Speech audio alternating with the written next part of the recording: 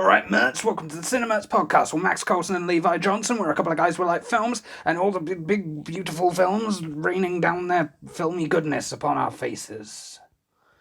Today we watched, Sorry to Bother You. Yes, indeed. It was requested by Anwar, actually, this time.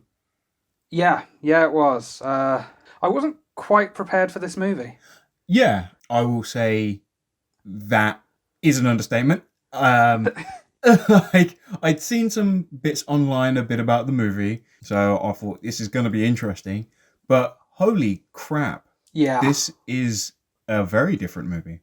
Yeah, to say the least. I want to try to avoid spoilers, at least for some of this, and then maybe get into some of the stuff that we're going to have to talk about at some point. Yeah. So probably not going to do a scene-by-scene rundown, but we'll give you maybe like a rough outline as to what the film's about and talk about that a little bit. Yeah. Then get into some deeper spoilers, because I don't know about you, I would recommend people watch this movie. I absolutely recommend people watch this movie. This movie is excellent. It's rare that you find a movie that is funny, like interesting, has a message, isn't preachy about the message, is very clever. Visually, really well done. Really visually interesting. Like really creative. Like from a first-time director as well. Yeah, like the movie just does bits. It's really good. Yeah. It's very, very good. Yeah, it was directed by Boots Riley, who some of you, probably those of you who listen to this from the Dead Chupacabra Discord server might know Boots Riley as the frontman of Street Sweeper Social Club with Tom Morello from Rage Against the Machine.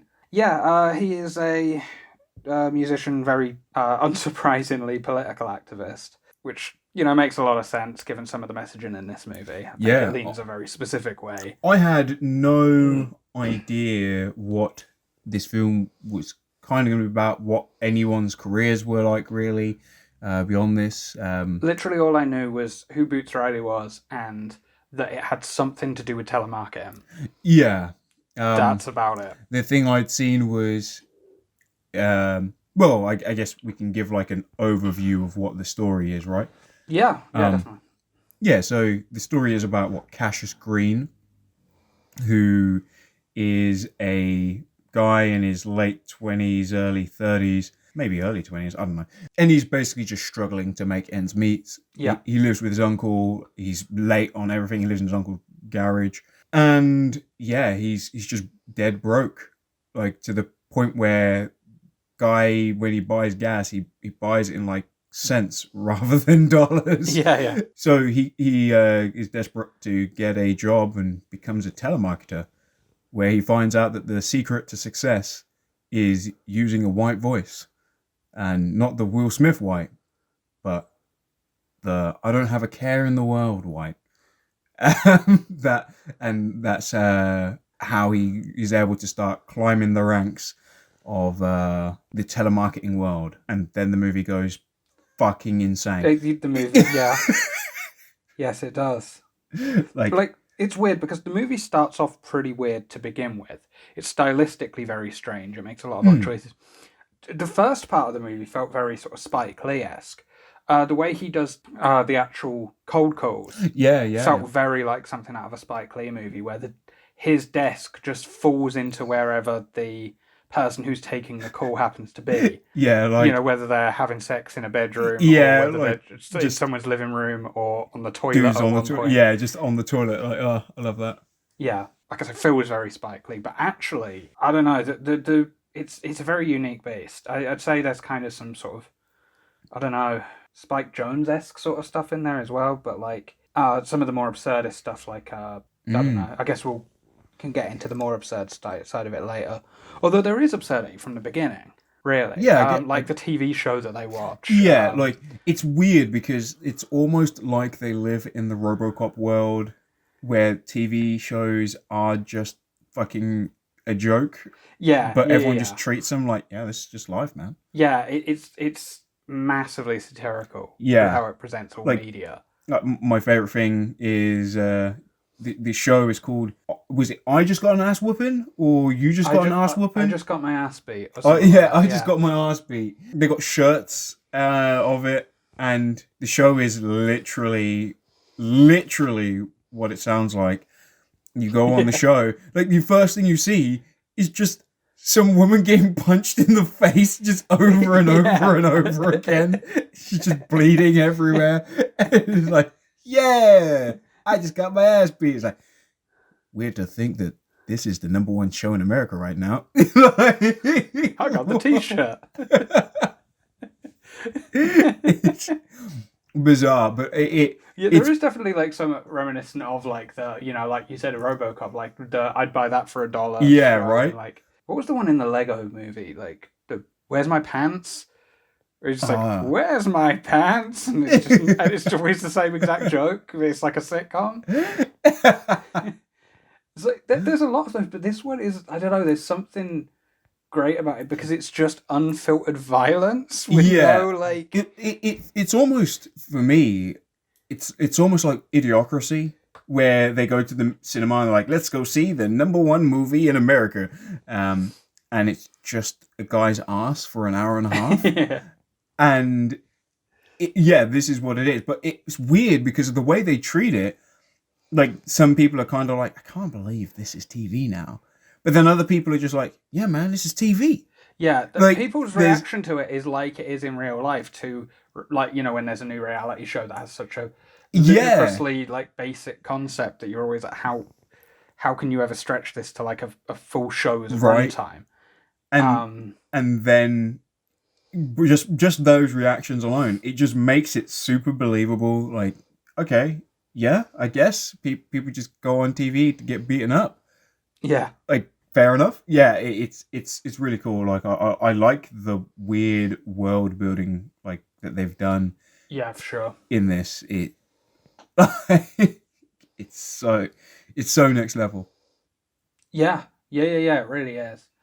And I mean, it's got this very kind of almost, I hate this term, but almost dreamlike quality to a lot of it, where you do sometimes find yourself being like, is this literal? A bit, or is this like kind of supposed to be more of a sort of ethereal type thing? But the film pretty much always, other than certain things like the desk falling into the rooms and stuff, a lot of the time the film seems to present what's going on as pretty much literal. Yeah. It's not like in Super, another movie we'll have to watch at some point. Absolutely. Where, just some tentacles come out of nowhere and then cut, the main character's head open. And you're like, wait, this definitely didn't happen then, did it? Like, right? Like, there's no scenes that are like that. No. It's just... The only one way I think there's any question would be the constant changing of his girlfriend's earrings, which sometimes happens like mid-scene.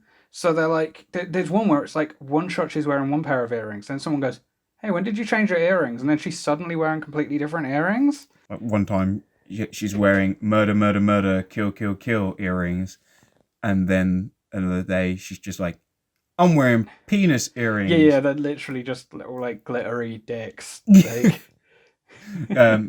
which I feel like you can definitely buy on Etsy. Yeah, I'm pretty sure.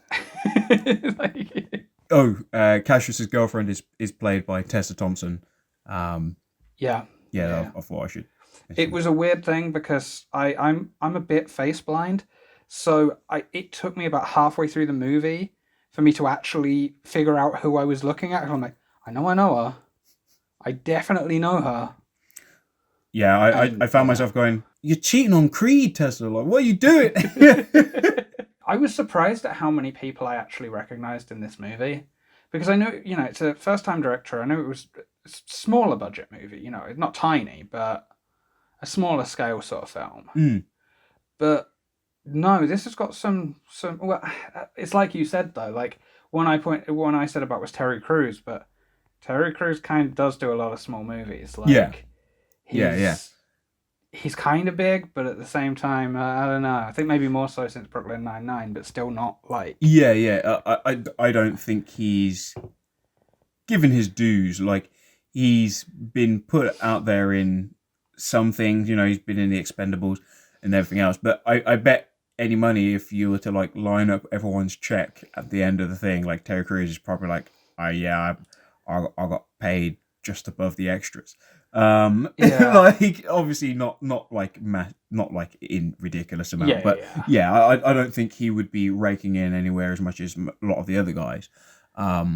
Although, to be fair, as somebody who basically is just paid to be himself in whatever movie he's in, he's got a pretty sweet deal anyway. Yeah, man. Like him and Danny Trejo, Yeah. like, he's freaking basing it all the time. Yeah, it's like who needs to who needs to have like range when you could literally just show up in probably in the clothes you just showed up in, which usually in Terry Crews' case means very little. I And just exist on camera for a while. I mean, his Brooklyn Nine-Nine character even just has his own real name. you know, they did that on purpose. They were like, Terry Crews, come in, and would you like to be this character, Sergeant Jeffords? And Terry's like, I don't know, like, do your TV show? Like, maybe. Like, hey, just to let you know, character's name is Terry. So if you don't take the role, anytime you see this show, you hear that guy go, hey, Terry Jeffords, you know that was supposed to be you.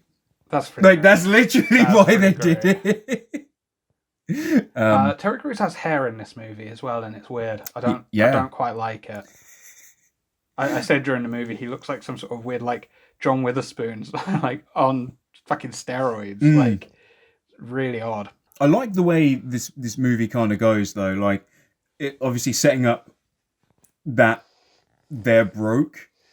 It's crazy to me how like broke Cassius is. It kind of it does this interesting kind of flip in between silly and kind of jokey, and then kind of hyper realistic at times as well. Yeah, like, well, I remember I said to you, I was like, oh wow, it's been a long time since I've watched a movie that's like in America, and there's like poverty. Yeah. Like, yeah, these streets are shit. Like, yeah, because like, he's driving through like the tent villages that you get in LA and stuff. And what was it? I like the MacGyver that he had to do. Like, it starts raining when they're driving at one point, and he literally has to reach.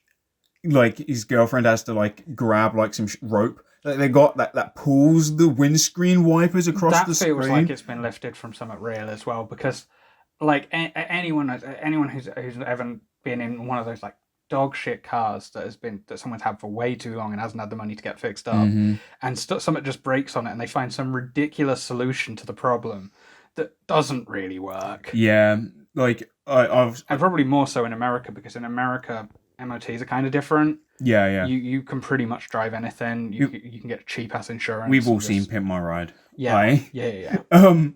No, like a friend of mine, he told me about his car when it was an absolute piece of shit, and he was like, "Oh yeah, like when he was driving, if he like ever stopped, the engine would cut out."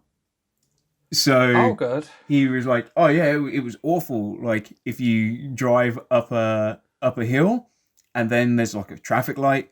Because then your engine cuts out and you're like, oh shit, like you gotta like get the engine back on and like hope that your like brakes are gonna work to get you going. Oh yeah. My parents, one of my parents' friends, his car, the floor would just sort of drop out sometimes.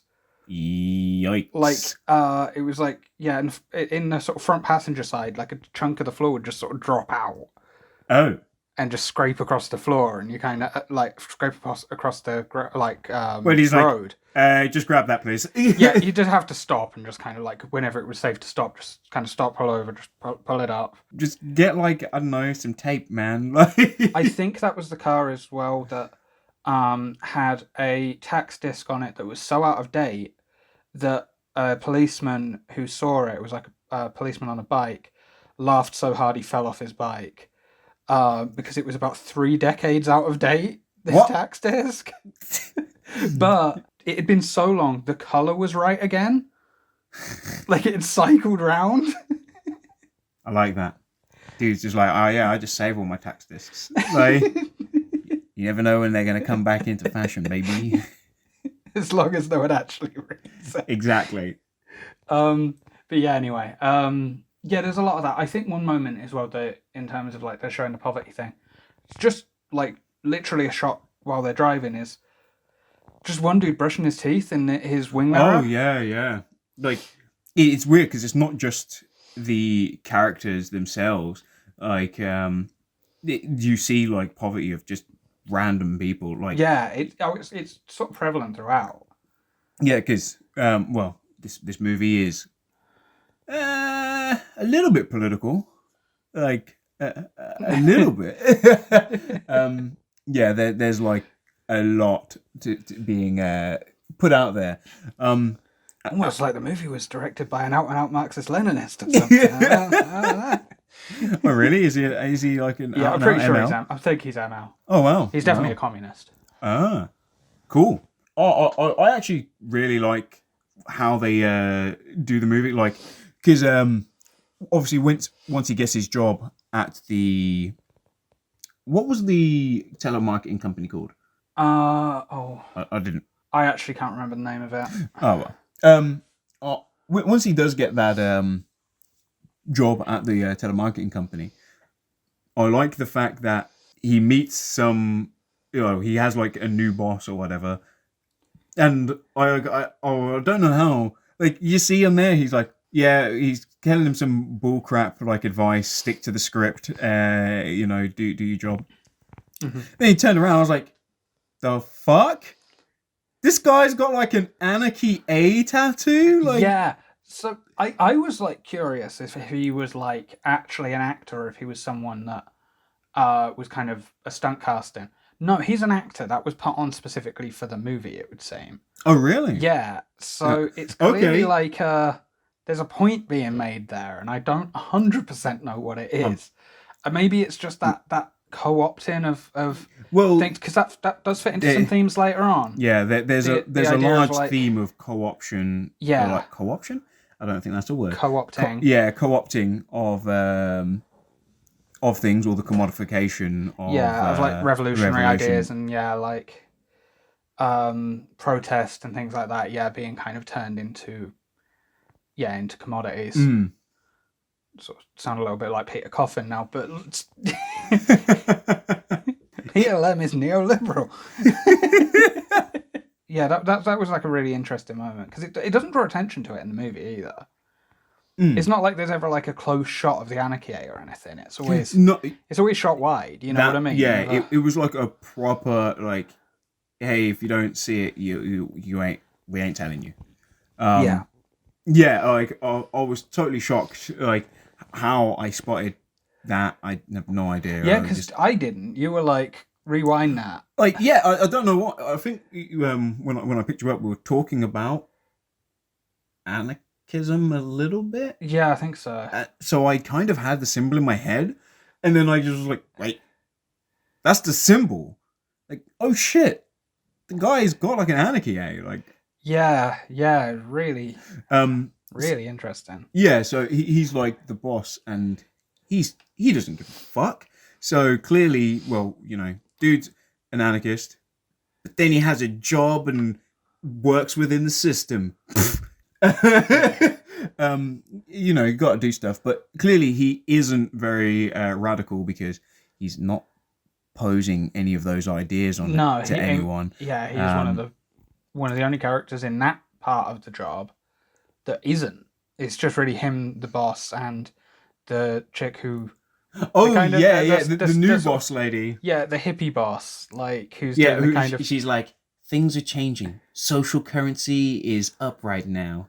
Yeah, she's like, kind media of tells me so. It's like hippie marketing speech. It's like, yeah, like just rambling, like countless nothings. Like, oh yeah, what type of media did I find out this new information? All kinds, print, digital. All the different medias. Like, what are you talking about? Yeah. It's not just capital. Media's changing. and capital's changing, and media's changing. It's like, yeah, like there's so many like cool like options. I guess. Well, actually, yeah, it's probably because like their bosses suck pretty bad. yeah, Like they're just trash. Like the new boss they have, she's just new, but she says classic friendly boss things. yeah, we're a family. Yeah. And then Cash is like, that mean we get paid? Like, do we get basic wage? You're like, no. Like, but we are a family. Okay. Like, and while he's there, he meets an old black man who tells him that he needs to use his white voice if he wants to start making real money. Yeah, Donald Glover, in fact, which is really I said Donald Glover, not Donald Glover, Danny Glover, sorry. There we go. I was like... It's not Childish Gambino. Yeah, I was like, Childish Gambino in this movie? No, Danny Glover. Fuck. The weirdest thing is, in the back of my head, I was like, don't say the one that's Childish Gambino, and then it did anyway. I made a thing of it now, so I'm going to have to keep it in. Yeah. Can't edit out all my mistakes like I usually do. So Danny Glover is, this guy, and that's when we're introduced to, like you said, you're introduced to the concept of the white voice, which is always dubbed. Yeah, that's super weird. Even for me, I'm like, we're gonna go with it. It's like really hyper obvious dubbing as well. It's yeah. Like they're not like, we're gonna lip sync it like super like clean. Like no, they're like, just get it roughly. Yeah. It almost at times it almost seems intentionally sloppy. So, and obviously it's particularly. I think it's particularly funny using Danny Glover for that as well, because Danny Glover's got such a deep voice. Yeah. That the second it switches on, he's doing this kind of literally high-pitched... Like, hi there. Yeah. I'm Miles Teller, and I'm calling up to speak to you about this. And like, what? Yeah. How does his voice do that? Yeah. It's the Goku voice. Which is really funny because that just makes me think of Weekly Tube Show, because Remix, who does that, is a black guy who's doing the white voice to do Goku. That literally is just Goku's voice, though. He nails it. Yeah, he shows him, the white voice, which, as I said, is always dubbed. It's used by a few people in the movie, and... Yeah, it's pretty cool how they show some people have it that you wouldn't expect. I think there's a interesting element to the white voice, which was the line of, no, I don't mean Will Smith white. Like, that's just talking proper. I want you to talk like you don't have a care in the world. Like, you don't need this money. Like you're what they're supposed to sound like. Yeah, because it's not even like actual white people talking. Yeah. It's like the sort of thing you'd only hear in a movie or in a telemarketing call or something like that. It's not... Yeah. It's not how anyone talks in real life. And I like that distinction where it's like, no, like this isn't real. It doesn't exist even in the real world. No. Like this is so almost calling it a white voice is almost like doesn't make sense. It's because it's not necessarily just a white voice. It's like beyond privileged voice, like where you don't have financial worries. You don't have any cares or issues. Your life is just great and you're just gonna like make some sales. It's the what's his name, who played Eddie Brock? Topher Grace. It's the Topher Grace voice. Oh my god, it is. Man, they could have got Topher Grace to do some lines. Like I love the way Topher Grace, like in Black Klansman, like when he's talking to Ron Starworth on the phone, it's perfect. It actually matches completely. Where he's like, "Yeah, I don't care. My life is great. Like I live. Everything's wonderful. Like who cares?" It does add a really interesting element to the movie, because this is the one thing I knew about the movie as well, but I didn't know it'd be dubbed. I knew that was the vague premise, that it was about a black guy who did a white voice while telemarketing, and that is the be all and end all of what I knew about Yeah, the yeah. film. I thought the movie was going to be mainly about code switching. Yeah. And it really isn't. Like, obviously, code switching is touched upon, It's but only touched upon. yeah, Though. it's like, no, this is not what this movie's about. Like, it's not about like the racial issue of like, oh yeah, sometimes you've got to pretend to be more white than you are. It's just like, nope, like this is just like the C plot. The thing is, though, it kind of makes sense that would be the plot it was sold on, because that's something that you can kind of get away with kind of media. The libs don't mind it. Yeah, yeah. You can kind of advertise it, and it's like, you can get some nice Mary Sue articles written about it. It's not. It's the marketable side of race politics, although I wouldn't even say that's really the main thing that this film's about. It's more rooted in class. Yeah, yeah, it really is. There's so much to do with like class solidarity. What was it? Class traitors. Why people may become class traitors. The co-opting of radicalization. Like there's a lot of extra themes on there. Yeah, absolutely. So there's unions in this movie. Yeah, I ain't gonna lie. I've not ever seen a union in like a movie. I've not. It's been like I have in British films that are usually set in the 70s, but in terms of like a modern film set in America that presents unions in a positive light and not as just gangsters. Yeah. Yeah. I'm like, wait, there's a union in this? Like, when like I was not ready for how radical this movie is. So there's a character called Squeeze, and he comes to Cassius basically to speak with him. After they go, hey, we're a family, and Cassius says, are we getting paid? They go, hey, Squeeze comes up and he's like, hey, I like your energy, man. like as he says with some kind of energy, he's like, are you gonna pay us? And that's considered energy. That's how grueling the job is. That then means that he's like, hey, I like what you're doing. Maybe you should chat with me and some of the other guys, because we're gonna try and make things better around here. And I wrote down like, this guy's low key talking about trying to set up a union. Wow. And yeah, like literally the next scene, he's like, so let's set up a union. Yeah, like literally, like it wasn't low key. Like we not like, oh yeah, we can probably talk about getting stuff. Like if we no, he's talking about a union. He's talking about setting up a strike. All kinds. And also, that's the first sort of not co-option but undermining of a movement, because that's when they really start pushing for Cassius to become, what is it they actually call them? They power callers. Power callers, which are people who are on the level above, and they make the real money. And it's very obvious they're pushing him and trying to give him this sort of promise, this promotion to him, to kind of quell the movement a little bit. They're hoping that him being gone, will probably damage it. Well, not only that, but I'm assuming it's probably a bit of, hey, someone made it, so you can make it too. It's the it's the what was it? American dream myth. Like, if anyone can make it. Like it's easy. You just have to pull yourself up by your bootstraps. But it's not that easy. I don't really want to get into yeah, I was going to say, to be fair, I don't want to go any further than that.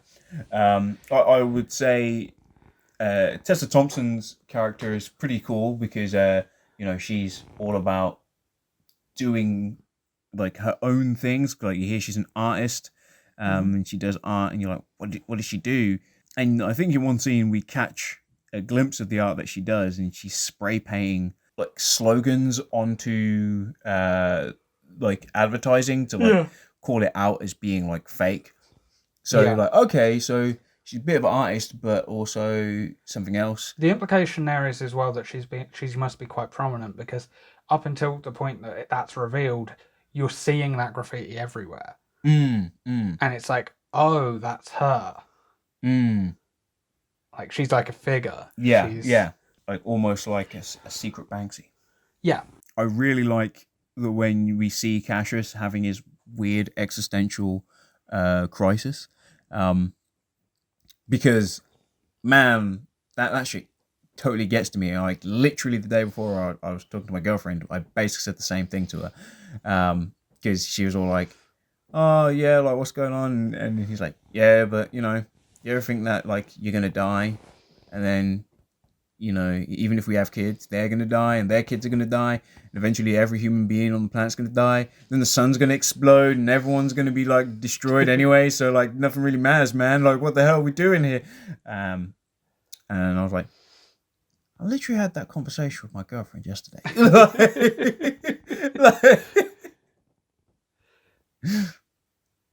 Yeah. That I was like, hashtag relatable. So yeah, shall we get a little bit? I'm not going to do the full on deep dive, but I thought that was it. I thought we were going into like spoilers galores from here. Oh, okay. Like, yeah, okay. I'm recommending the film. I feel like we've given enough preamble, man. Like, okay, yeah, no, that's fair. Go watch the movie if you haven't. Then come back and watch the rest of the video, because watch time is great. Yeah. Apparently, I don't know how like YouTube works, so. Yeah, retention time's good. We could use that. Yeah. Also, like, half of you, by that I mean Anwar, you've seen it, so. Now there's like 4 people that watch now. You see that? That we've doubled. In fact, we've hit a point where we're quadrupling numbers.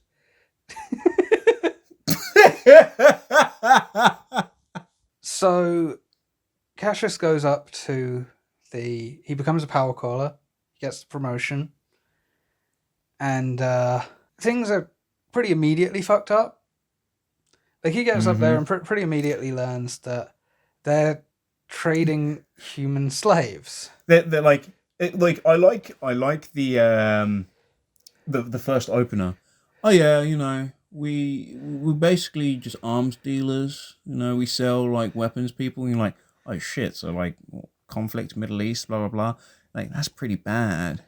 Like, I feel this has got to be intentional, right? Like, but I'm sure there's a lot of people out there who would be like, fuck it, times is hard, man. Like, because you find out that his uncle's about to get his house foreclosed on, putting both Cassius out of a house and his uncle out of a home. So it's like, okay, yeah, maybe someone will be like, look, man, I'm not pulling the trigger, but someone's got to sell these weapons to like these rando different political groups. And then it's like, yeah, nah, man, like, we also sell slave labor, because slave labor is like fucking awesome. Yeah. And you're like, ooh. But I feel that's kind of, because he's like, I don't know if I can do slave labor, man. Like, that's pretty fucked up. He's like, yeah, but have you seen your paycheck? And he's like, alrighty then. Yeah. Which I think is probably just a thing saying like, hey guys, bet you like your iPhone, don't you? And like, it was made by children. I know. I'm sorry. I'm terrible. You all know what Sonic says. No ethical consumption under capitalism? Yeah. It is like my favorite meme, but I don't know why. It's so ridiculous.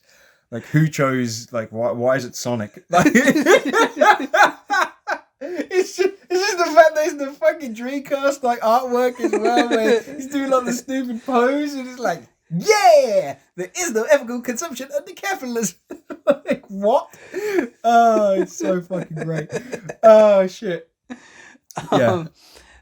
So, yeah, well, that's also kind of the next, because basically, like, right after he takes the job, and it kind of shows him going through a bit of a montage of like, you know, his house getting nicer, which, by It's the way, it goes from like the garage to like this condo thing, and the transition is handled so well because it's done in camera. yeah, it's like super artsy. Like they're like, oh no, we constructed a load of props. The props then like come apart, and then other props come in, but it's almost like it's stop motion, but it's not. Like, what? Yeah, like the bed folds out into a king size, Yeah, like while they're on it, and like so yeah, like clearly somebody's like working some like yeah, we built like a mechanism to have this come out. yeah. Like, oh, okay, this is cool. Like, Yeah, it's very cool. It's really well done. yeah, there's quite a few little bits that I like that. The production design in the film is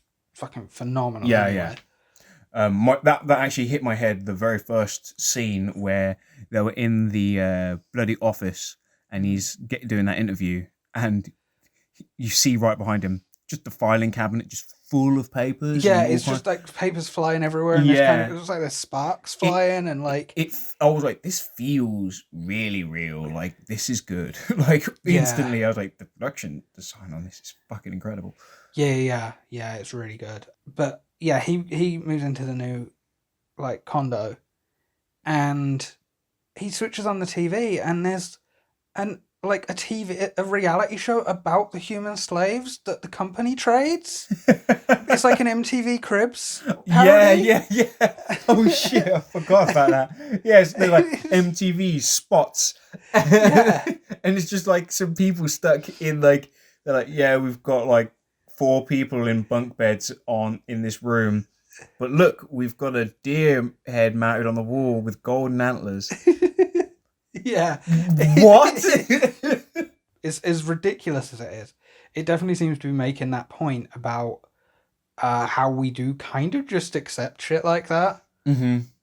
You know? Or it's just like, yeah, it's how it is. I'm sure we've all had that conversation with a person before. In fact, that happens in this movie as well, actually.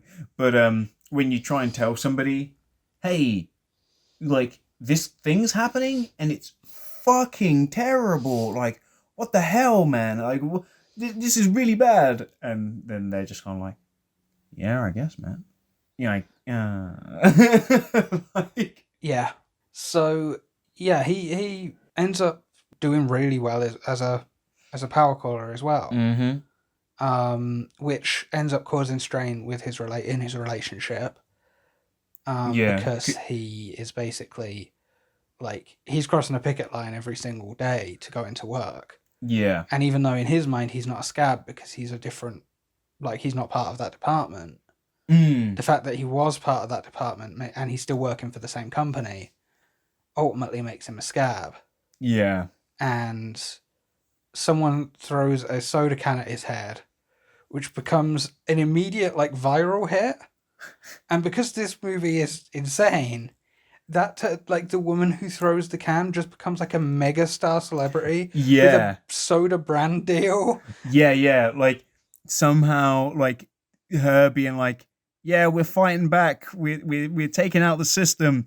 They're like, fucking buy her. Like, she's now a commodity. Like, oh shit. Like, again, it's that commodification of revolutionary ideas. Like, she's a protester. She's there with a specific purpose, and the meaning becomes lost because it just becomes this stupid viral trend where people are wearing wigs with the soda cans stuck to them, and it means nothing anymore. It's just it's no longer a symbol of revolution, but is just more marketing.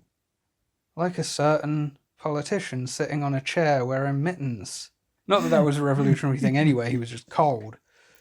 But hey man, like, he's still down for the cause though, so it's fine. Well, the thing is, the reason I want to talk about this actually, because the whole reason that kind of got as viral as it was originally people who, I think it first started getting shared by people trying to take the piss out of him, going, look, look at that. And then when it really took off was a bunch of like Bernie supporters going, actually, that's really cool though, because he's just there with like a letter, like he's just there to work. Mm-hmm. Like, he's not fucking around. He's not there to celebrate anything. He's just going to keep doing what he's doing, right? But then, because it got more widespread, people started copying it. Yeah. And it just turned into a hollow nothing. Yeah, like my favorite Bernie one is, Bernie giving somebody an armbar in like the UFC. It's fucking great. Mm-hmm. It totally doesn't make any sense. Like, unless they Photoshop the guy who's getting the armbar to being Joe Rogan, but they didn't, so it doesn't make any sense.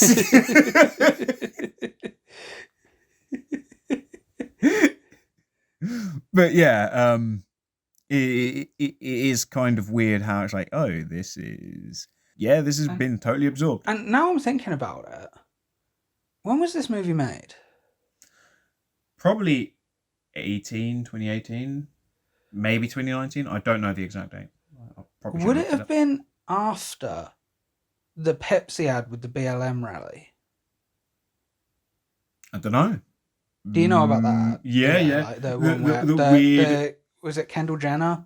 Oh God, was it Kendall Jenner? Yeah, I think it was. I forgot it was her. It was one of that family. Yeah. No, you're definitely right. It was Kendall Jenner. She marches through like the streets, just wandering around, like saluting at people and being cool, and then she hands a Pepsi to a cop, and then steps back, and then she's like in a fucking picket line with like BLM, and it's like, what the fuck? Now, granted, that backfired massively, because it was just like the immediate like, oh, you morons, you just absolute idiots. What the fuck? I don't think anyone would be happy with that. Like, no, nobody on any side was okay with it. Yeah. Like, it was absolutely a misfire. Like the people on the right thought that it was like, leftist propaganda. The people on the left saw it as pandering bullshit. Like, the people even in the center probably saw it as pandering bullshit, to be honest. Yeah, I think... it's just like bit on the nose, mate. Like, yeah. Like, if you want to do a ad like this where you're, being pandering, you should probably do it with some sincerity.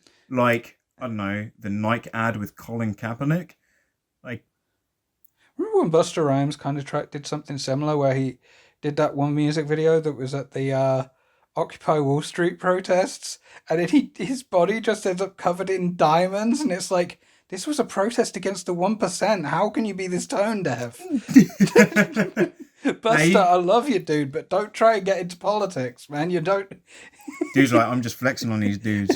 They're all just man hating at me like suckers. But that kind of it turning into an ad campaign, and like I say, there being tutorials on the TV, not even on YouTube, but on the TV, as to how to make the soda can wig. Yeah, it's like, buy the wig, then buy the soda can. Then use some tape to tape it. I'm like, oh, wow, shit. Like, I wouldn't have figured that out. Yeah. Despite the strain on the relationship, he keeps going into work and he keeps doing better and better and better. And as a result, he starts finding it more and more difficult, like, to come out of using white voice. Like, he's using it around at home, like when talking to his missus, and she's like, hey, don't do that. That seems to be like the find, because that's right before she kind of calls it, isn't it? Where she's like, basically like, if you cross the picket line one more time, that's it. Like, we're done. Which I can kind of understand. Yeah. Like, I guess it would be kind of weird watching somebody like dissolve into like just being like, I don't care about anything except making the monies, and like so he ends up going into work anyway, thus losing the relationship, and does well enough that he gets invited to a party, although not before he goes to his now ex's art exhibition. Yeah. Where, interestingly, she also has a white voice. Yeah, it's crazy. Like, you find out, like, out of nowhere, Tessa's just like, surprise, I also have white voice. Except, like, because she's an artist, but all of her artwork is... It's all, like, political based. So she's making, like, models of Africa. And at one point, Cash is like, why Africa? And she's like, because, Africa is like a resource-rich place that is exploited constantly for like capitalist what's it called, benefit. And it supports like the structure of modern like society today. Like look at like mobile phones and and then as she says it, like she just gets like more and more muffled, and then he just stops listening to her altogether, and like he just ignores everything she has to say, and then he's like, "Hey, let me smoke that blunt that you've got." Like, yeah, okay. So yeah, like she's obviously becoming like, or has always been quite militant, whereas he's not really. And then yeah, like she uses her white voice not even to talk to other people about selling her art when she's talking to rich people who are coming in to look at the artwork, but specifically when she does a performance piece, when saying, "Hey, this is like everything that we have. Like I've got a whole her performance art, weird as hell. She's got old phones, batteries, and blood. And she says like, yeah, the old phones. That all of the elements that are in there, they were mined in Africa. So it's all basically like slave labor. So I'm going to now recite lines from this movie. I don't know what the movie was. Oh, that was The Last Dragon. It's a film that's set in a world where, okay, so you know how like there's that affinity between like black people and kung fu movies, right? Hell yeah. Particularly in like certain areas of New York, right? So it's basically that, but like taken to an extreme where you've got gangs that are all like kung fu gangs. Why have I never seen this movie? This is literally, oh my god. Matt, tell me that fucking Bushido Brown, the greatest black karate man who ever lived, is in this movie. Watch the Boondocks, people. It's fucking amazing. It is a good show. It's a very good show. But yeah, anyway, yeah, she quotes lines from that.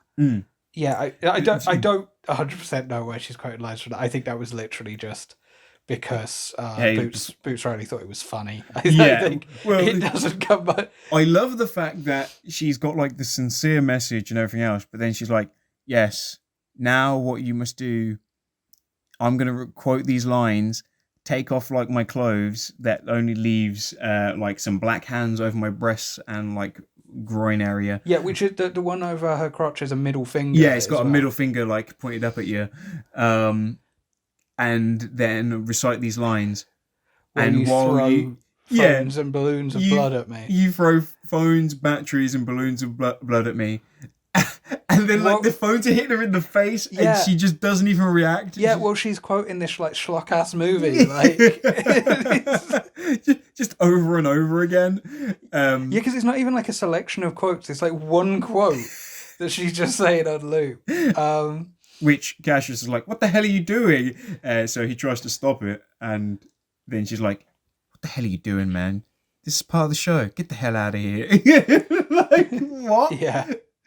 She's like, "Sorry, I'll start again." And she just puts on like a bike helmet. yeah. Just as he's leaving, it's just like you see that one shot of her just putting this helmet on. So I feel that there's like a knowing absurdity in the movie. Oh well, like, I mean, the film is definitely. I mean, the film's hilarious. It's really funny.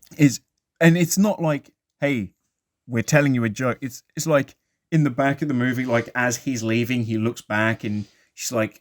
Small. She's not in close. It's a wide shot. You know, she's just putting on a bike helmet. Yeah, like so. There's a lot of little moments like that, little jokes like it. So yeah. Anyway, he goes. So then he goes straight from there to the party, where he meets the real boss. Yeah, he works for Worry Free, which is the company who buys most from his telemarketing place, and they want him over there. In like the slave camps. Yeah. There is a pretty funny scene where they try and get him to rap, even though he can't rap just because he's a black guy. I so badly wanted to talk about that scene, just because I was like, this could be a scene from my fucking life. I having been with you so many times when that's happened. Yeah. And you're like, oh God. And then like some rando white girl is like, oh yeah, I bet you can rap. And then like some rando dude who's there is like, yeah, obviously, like Levi will be sick at it. I'm like, what the fuck, guys? Like, yeah. It's genuinely the most irritating thing. Like that scene, I was like, it's probably like the most real scene in the movie. Even more real than the scene that was taken from real life. It did totally remind me of one time when we were in Weatherspoons, and this quite drunk chick came over and kept asking you if you freestyled. It's like, yeah, you rap, you freestyle, and you were just trying to push her onto me because you were going like, no, but my friend Max here raps. yeah.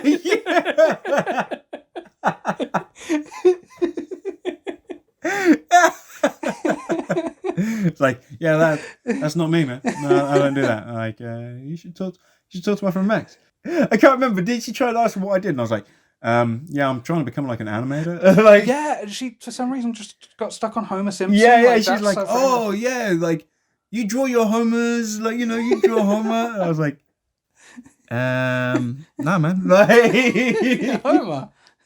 Yeah, he's like the only cartoon. So anyway, he ends up, but except he actually does end up rapping. Oh yeah, like they push him on stage to rap, which is beautifully cringy. Yeah, like, there's it starts with just constant like awkward silence. I mean, there's the music playing, but he's just stood there with a microphone staring at a bunch of people having no idea what to do. Hey man, like I wouldn't envy being put in that in that position where you're there like say some raps. My name is Levi and I don't get real high. Yes, nailed it. That almost rhymes. And he goes in to like save like the moment because they're like, don't fuck it up, you have to like impress everyone. So he's like, fuck it, these guys don't know what they're talking about. So he's just like, nigger shit, and he just says like, nigger it's shit, just over and over again. He just says that, but they get really hyped from it. Yeah, they start chanting it back to him. He's just like, all right, well, yeah. Like, I think even the manager guy, he looks at him and he's like, what the hell, man? Like his boss is like, I'm not impressed, but everyone else is, so whatever. Like, so after that, there's some sort of milling around in the party. There is actually one really great shot of him sitting at the desk. Oh yeah. And the camera pulls back, and there's just like people fucking. Yeah, it's become like this debauchery. Oh shit! Carry on. This debauchery. Like people are just having sex, and like he's just stood there, and then his boss like just walks down through the center of this. It's almost like something out of like a Kubrick film. Like it's got like it's not perfectly symmetrical, but there's a lot of symmetry at play. There's like it's really all really deliberate. He stays in frame the whole time as well. Like because it comes out of this door, backs out the doorway, but then like it seems like the camera raises slightly as it backs out, but he stays visible. There you go, that's the word. Then as the screen widens out, you see like people having sex on like the peripheries, and then his boss, who's a black guy, walks through the center, almost like Moses parting the Red Sea, just walking down to go talk to him. And like, what? Why was that scene so damn like damn, that was good. Yeah. So then he gets I guess this is when the film starts to really go off the fucking rails. Oh yeah, you thought it was kind of weird with like dubbed in voices and like cutaways. And and the sort of and the human slavery stuff. Like no, No. It gets really fucking weird. So he gets invited to talk. Like basically, he's offered a proposal. From the boss at what are they called? Worry free. Worry Free. The guy at Worry Free is like, come to my office. I have a proposal for you. You know. Yeah.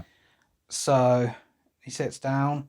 He offers him some cocaine. Yeah, this It's spiral of cocaine coke on a horse plate.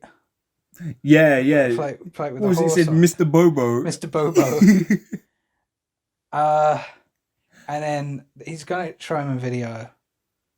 Start showing him a video, and he's like, "Oh, I need to piss." So he's like, "Oh, it's through the jade door," and all the doors are the exact same shade of green in the hallway, like they're identical. Yeah. So he goes through this door into what does look like a toilet, sort of changing room, Yeah, sort of area. And there's some dude in the store who's like, "Can you help me?" And he's like, "No." He's like, "Come on, I'm in a lot of pain." So he opens the door, and a fucking half human, half horse just comes out. And then the room is full of people who have they're like giants with like horse heads. Yep. Just this is like nearly 2/3 of the way into the movie. Like he did that line of drugs. So he rushes out.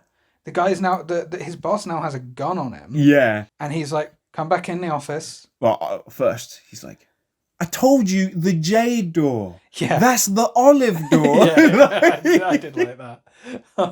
Yeah, so then he's like, "Come into my office. If you'd watched the video before, you wouldn't even be scared of them." Right? As if like it would make it any easier to digest. Like, so he shows him a video that reveals through an amazing little sort of stop animated sequence. Look, this movie does so much stuff. Yeah. Like it's claymation. Yeah. It's like classic sort of Christmas movie style claymation. And they reveal that the company is fusing horse and human DNA in order to make more efficient slaves. Yep, just literally just to make super slaves. Yeah. Like, that's it. They're like, "Yeah, man, we can make super slaves." And the great part is when he's like, "What is it?" It's like, "So you're turning people into half horse, half human monsters just to make money?" Yeah.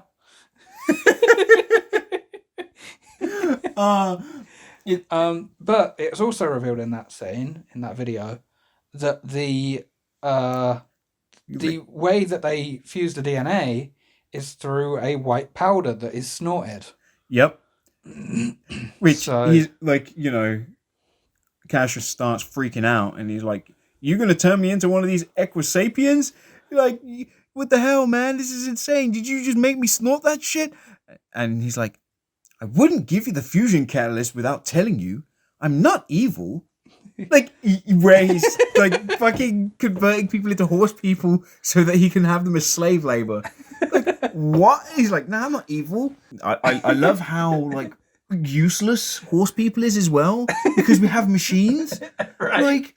Like you'd want him to be some kind of data managing like machine, like a dude who can crunch numbers all day, like really easily. Nope, turn into horse people so he can lift heavy things. What? Got forklifts for that. So he basically he then offers him a new job at his company as at first he's like, "You want me to be a manager for horse people?" No. I need you to be a leader. Yeah. I need you to be the Martin Luther King of horse people. But one we control. Which I was like, that's ironic. It's kind of like, all the information that we are told about Martin Luther King now.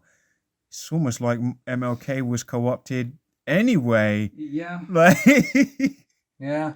So yeah, basically, they he shows him his offer of $100 million, which to Wait, me isn't enough to be turned into a horse. That's like for 5 for years, five and then years, they'll give you the and reversing then they give agent. you the what was it they call it, the antidote secret sauce. Yeah, Like, yeah, it's like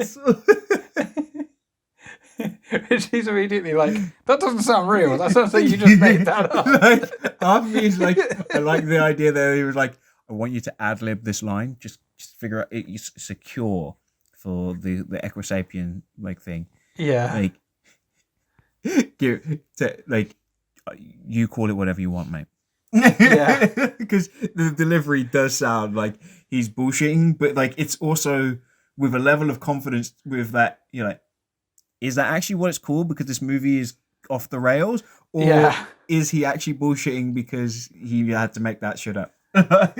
So, yeah, basically then he well continues freaking out because obviously. Yeah, that's the other thing. I love how realistically they're like, hey, we're just going to introduce horse people into the movie, and they're like, oh no, like the main character is now completely freaked out and is having a bit of a crisis of like self because he's not sure if he is becoming a horse person, or anything like that. So yeah, I was like, shit, this is like they're like, oh no, like just imagine it was real, and then we just rolled with that. Okay, just fucking going completely sincere. Yeah. Cool. So he ends up. How does he even get the video? Oh, it's because his phone. Yeah, he like called. Well, either the Equisapiens used the phone or something. They called, like, Yeah. video called his girlfriend. Yeah. And so he now has video evidence that the company are turning people into horse people, but he can't get anyone to air it. Like he phones up. I think they think it's like a prank. Yeah. So Like Jameson is not feeling it when he calls his newspaper. Yeah. And even though like this does exist in a world where viral videos happen, that's not really. Yeah, it's never seen as like an option. No. Like if we just put it online, no one's gonna care. Yeah. So he goes on. I got the shit kicked out of me. Yeah. Where you get to plug your content after you get the shit kicked out of you, and then you jump into a vat of shit. Yeah, it's so. I don't know why. Like that scene fucking tickled me. He's just getting I just love that it's a single fixed camera as well. It's not even like it's not shot in any way dynamically. It's just like this one fixed camera, and these two guys are just wailing on him. Yeah, like just holding him. They just beat him up. Like. It's also like it's shot really tight as well, so it's just like it's like really bad. Yeah, it's great. Yeah, it's honestly really funny. But then he gets his he gets to show the video at the end. So he shows the video, and then it immediately cuts to like, oh shit, he's now showing this on the news. He's talking about this. Oh, something's going to get done, and it doesn't. Yeah, because what does he say? He's like, people, like, my first thoughts were like, as he says it, then he's on the news and like different like news logos start popping up, and I was like, oh, I see. He's gone public, but it's too late. It's already been commodified. Yep. The other crazy thing was like, he's like, yeah, we need to stop this. Like, worry-free is ruining everything. Like, go and talk to your state, like your local state member, or like do something like that. I didn't think the movie was gonna be this ballsy because, like, he complains. He's like, I went public and nothing happened. No one's done anything. Like, it's dead. I actually wrote. I didn't write down many notes, but I wrote. Doesn't matter if they get exposed. They succeed anyway. Yeah, because they got exposed for these human rights atrocities, and it's like their profit margins are up. They specifically say that their profits are up or the stock went up. Yeah, and I was like, oh, okay, yeah, and then he sits down and talks to Squeeze, the guy who was running the union at his work. And he says, yeah, man, but like you came to the people with like a major problem, and then you said talk to their like local state representative. That ain't gonna do shit. Like, Yeah. and if you give people a problem and then don't give them any sort of solution, they just find a way to live with it. Yeah. And I was like, holy shit, man, this movie's saying all kinds. Like, Yeah. damn, this. So then they decide they have to stop the company crossing the picket line. They have to get the union notice. They have to make it work. And they do pretty well. They create stone statues. Yeah. The stone statues are technically already. Well, yeah. They dress up the stone statues as protesters, so that when they get charged, the actual protesters can move out of the way, and the riot police smash into the stone statues. Yep, and then they're like, "Fuck them up." Then they call in a second wave, and well, I guess that's when he summons the horse people. Yes, Equisapiens unite.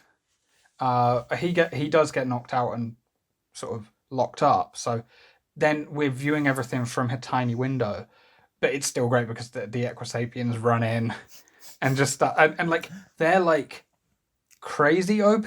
Yeah, like some guy tries to run down some protesters from what we can see in a riot van. Yeah, in a riot van, and then you hear like a crashing sound.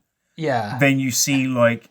You hear like the grinding and like, the wheels are revving and there's smoke coming up, and then you see like one Equisapien is pushing the fucking riot van back. You're like, wait, he's way stronger than a car? Like, why do they need to be so strong? What is this? Yeah. Yeah. So yeah, they end up fighting, although again, doesn't seem to ultimately create. It's not like a huge victory. No, like it's one of like marginal. It truly is like a marginal gain. Yeah. Which I was somewhat happy with. I thought I was going to be a lot less happy with the end of this movie. I remember when I spoke to you about watching it, I was like, yeah, I got some stuff I want to complain about anyway. But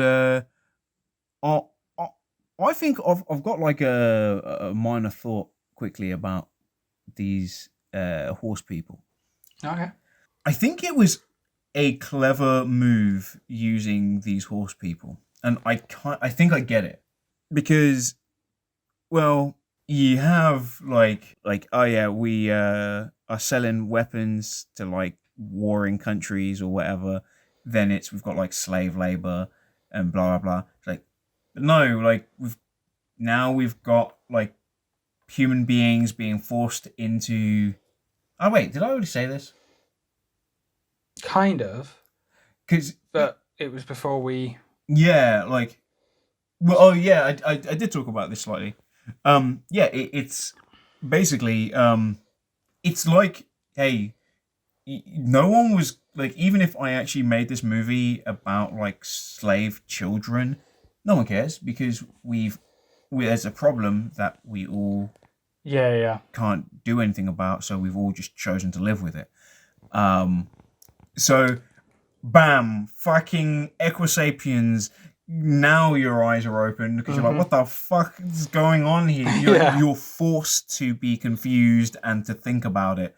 It's pretty clever. It's the same reason sci-fi movies use allegory to make points. You know what I mean? Yeah. You know how, like, I mean, sometimes it can be really kind of on the nose, not necessarily in a bad way, but like District 9 does it. Yeah. You know, it's South Africa, but it's like apartheid South Africa, but with aliens this time. Yeah. I fucking hate the prawns, man. Such a good film. I fucking love that movie. It's really good. One day in the future. It would just end up being a half-hour rant about me. Like, I have a half-hour rant, me fucking talking about the Doug Walker fucking video. Wait, did he make a video? It wasn't a nostalgia critic.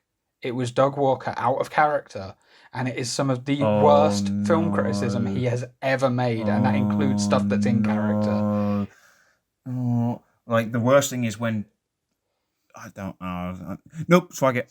The worst thing is when Doug Walker thinks that he's actually a critic and then tries to review things, and it's like, hey, just maybe don't. Yep, I totally went there and was like, yeah, fuck this guy with his like large platform and actual success. I'm just some other guy who has less accolades to his name. Anyway, take me more seriously than that guy. Fuck him. But like unironically, though. Yeah, like seriously, like he was never good. No. Even then, like when he was popular, he wasn't good. No, he just had a website that had better people on it. Yeah. Basically, you'd be like, well, I watched everyone else's content. There's nothing really else to watch. I guess I'll watch a Doug video. And he's on every part of the website, so like. That was the only reason I'd ever watch his stuff. I'd be like, well, I've watched literally all the other guys. Like, guess I'll watch one of Doug's video. Watch Spoonie's video. Actually, I didn't even go onto Doug's website to look at Spoonie's video. I know. Spoonie's website. Yeah, no, I was. God, I remember going onto different websites to watch different people's videos. I know. It was so fun. Like it was like an adventure. You'd hang out in like a section of the internet for a little while, and then you'd just be like, right, well, I'm just going to move somewhere else now. Yeah. Now it's like, oh, let's put on the YouTube machine. Like, yeah. Fucking boring. Yeah, I agree. Anyway. Yeah, super tangent. So yeah, no, I absolutely agree about the horse people though, and yeah, it makes sense. Can I also say they look fucking amazing? Yeah, I was like, can we give this guy the new Turtles movie, please? like getting like, because I'm certain that was a suit, right? That was a fucking suit. I think it's a mix of animatronics, suit, and CG. It looked like a kind of mishmash. Yeah, because I was like, what? Like, it looks kind of skinny, like really like wet. But I was like, but then again, that could just be the suit because these suits fucking sick now. You can get gels on them. Like, damn, yeah, I love the way they look. Yeah, I think it looked like it was a mix of techniques to me, which is good. That means you're using the best bits of everything, but not relying too much on any one. Yeah, it's just good filmmaking.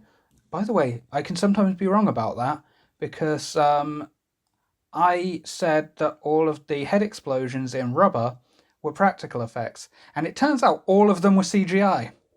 Oh shit! Yeah. They did do them practically, and then Quentin Dupieux didn't like the effect, so he had it completely changed in CG. Oh wow! Okay. Yeah, they look really good. Yeah, shit. Now that's good. Yeah, they to be honest, it's just one of many things in this movie that just looks great. The movie just consistently looks really good, and that was one thing I wasn't particularly expecting. I kind of figured it would be a kind of average looking movie. And when it first started, it was like, okay, they're going to do some kind of Spike Lee-esque kind of cute, weird transitions and stuff, and that's cool. And it's like, no, it just keeps ramping it up. Yeah, I like this director specifically. I'm like, whatever you got coming next, man, I'm there for it. Like, it will be good. Yeah, definitely. I'm very interested to see anything he does in the future. And yeah, he should be given the Ninja Turtles movie. I don't give a fuck. Hell yeah. Holy shit. Like, you get like the Ninja Turtles, but then like, because he's just like, ML baby. like when it's like it's just the Turtles movie from the 90s, but like instead of them coming in like and singing like Tequila, like they're just playing like it's just fucking the Russian national anthem, like da, da, da, da, da. And it's still them dancing the same.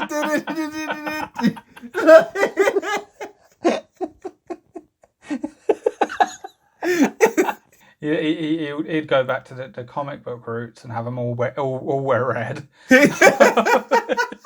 Yeah, they're all wear red, and then like oh, what weapon have the Turtles got? He's like Leonardo, and he like jumps in. He's got like 2 scythes, and then like he's like Raphael, 2 hammers. He's like Michelangelo and Donatello, like hammer and sickles as well.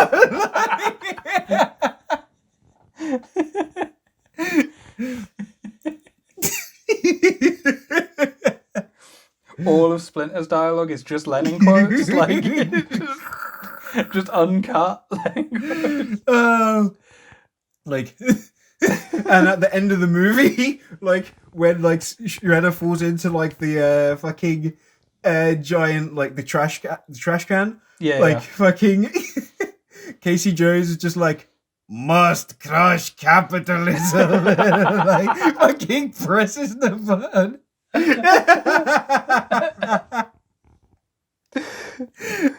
Yeah, let's do it. Let's see it. Let's get in contact with him. Let him know. Yeah. We don't need to get in contact with him. He'll see the video. Everyone sees that video. Get me the Queen. The Queen of Communism. I actually like that even better. She's like, I'm gonna rule over communism as the queen of it. Like she's like full on like out and out supporter. She's like talks about it all, but she's like, no, I'm still the queen though. Like what? Oh man, does this mean that we've run out of things to say about the movie? Because I feel like I feel we saved up the our own off the railsness for like the end. Yeah. Yep. And 35 minutes shorter than the last recording session we did. So beautiful. Yeah.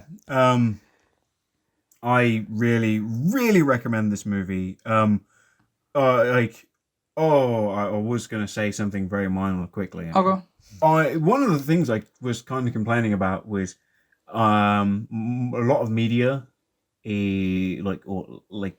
leftist content, always ends super doomer. Like I was saying, Parasite ends with more or less it being like, hey, if we all unite, we would win. Except we just won't, because we always just fight for our own interests. Yeah.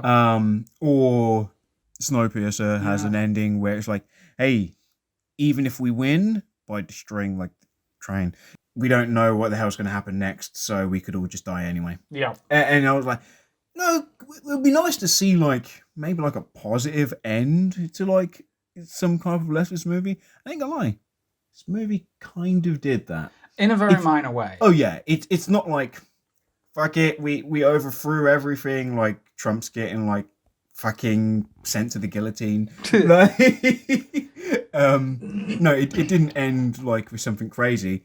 They were just like, hey, like the picket lines like made the company have to give us better wages. Yeah. So, we can't the union won. And they're like, hey, what should we do? Like, well, we still need to expand outwards. Yeah.